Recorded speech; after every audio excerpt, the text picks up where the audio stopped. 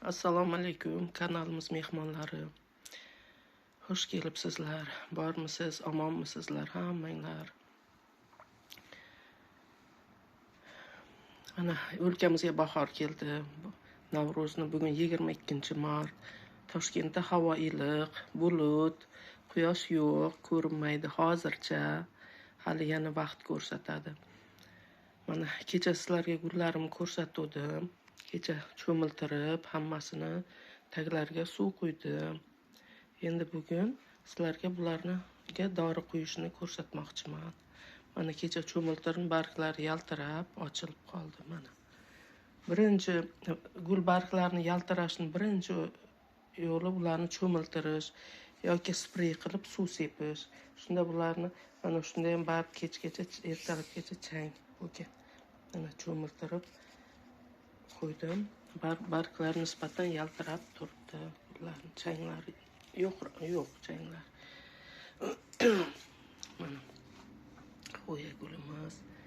Kecha cho'miltirgandan keyin bular maza qilishyapti. Mana gerani bitta eskirgan gul shoxchasini olib tashladim. Gullari tugagan edi, to'kilyotdi uni gullari. Mana endi bu yoqda ikkinchi unchasi. Qishim bilan bu gullarga kalimani fosfat har 20 kunda solib turdim, 1 oyda. Yani qishda uyqu davri bo'ladi bularni. Hamma gullar ham qishda shaxdan o'smaydi. Asosan ular bahordan o'sishni boshlaydi. Lekin meni xo'ya gulim bu yil qishda yaxshi o'sdi, shiddat o'sdi. Mana zolota ribka gullari, Benjamin fikus gulim. Buni yaqinda men qirqaman, shakl beraman. Sizlarga albatta ko'rsataman. Buni ko'paytirish usulini ham ko'rsataman. Mana begoniya gullari. Kecha bu gulimni doriladim. Bu gulga ham tez kasal tushadi, shifleraga. Shiflerani oddiy yashiliga hech ham kasal tushganini sezmadim. Mana shu gulimga sariq yashil gulga ko'proq kasallik tushar ekan. Mana bu geran gulimiz. Yaqinda buni ham qirqaman.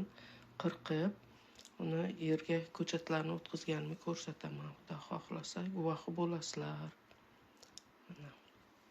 Mana shiflera. Endi men sizlarga mana 1,5 litrlik suv, manda u tindirilgan, 1 haftadan beri tinib dam olib turgan suv. Endi mana shprits. Mana 5 gramlik shpritsga men 1,5 gram NPK oldim. 1,5 gramdan sal ko'proq. Chunki suv 1 litr emas, 1,5 litr. Mana NPK ustiga yozilgan. Buni gul bozorlariga borib so'rasanglar, sotuvchilar o'zlari aytishadi. Yo do'konlar bor. Mana 3,20, 3,18, 3,25. Buni har xil ranglari bo'ladi. Mendagi bu salat rangi. Och yashil rangi ekan. Buni qizilini borligini bilaman. Havo rangligi bo'ladi. Xullas tanlovinglar.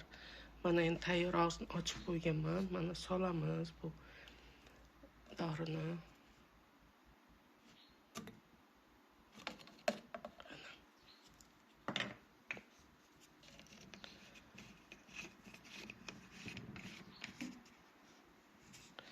Endi buni yaxshilab chayqatamiz.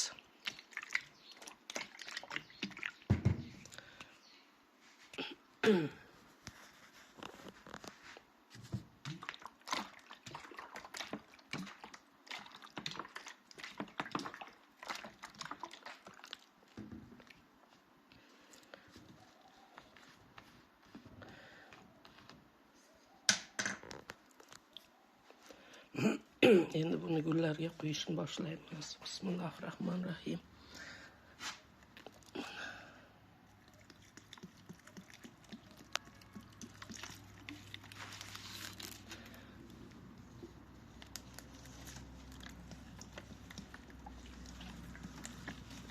hamma tomondan quyiladi.